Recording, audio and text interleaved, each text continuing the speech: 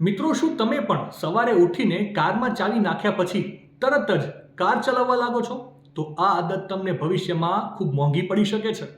નિષ્ણાંતોના મત મુજબ કારમાં ચાવી નાખ્યા પછી તરત જ કાર ચલાવવી જોઈએ નહીં, કેમ કે સવારે જ્યારે તમે કાર ચાલુ કરો છો ત્યારે કારનું એન્જિન કોલ્ડ અવસ્થામાં હોય છે, એટલે કે ઠંડુ હોય છે, ખાસ કરીને શિયાળાની ઋતુમાં.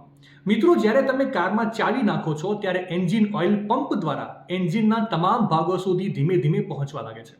કાર ચાલુ કરીને 15 થી 30 સેકન્ડ સુધી રાહ જોવાથી એન્જિન ઓઇલ તમામ ભાગો સુધી એકદમ આરામથી પહોંચી જાય છે અને એન્જિનને એકદમ સુરક્ષિત રાખે છે. નિષ્ણાંતોના મત મુજબ 15 થી 30 સેકન્ડ સુધી રાહ જોયા વગર કાર ચાલુ કરીને ચલાવવાથી એન્જિન ઓઇલ તમામ ભાગો સુધી પહોંચી શકતું નથી, જેથી એન્જિનમાં વધારે ઘસારો પડે છે અને એન્જિન ડેમેજ પણ થઈ શકે છે. કારમાં ઘણી પ્રકારની ઇલેક્ટ્રોનિક સિસ્ટમ અને સેન્સર લાગેલા હોય છે, જેમને શરૂ થવામાં થોડો સમય લાગી જતો હોય છે.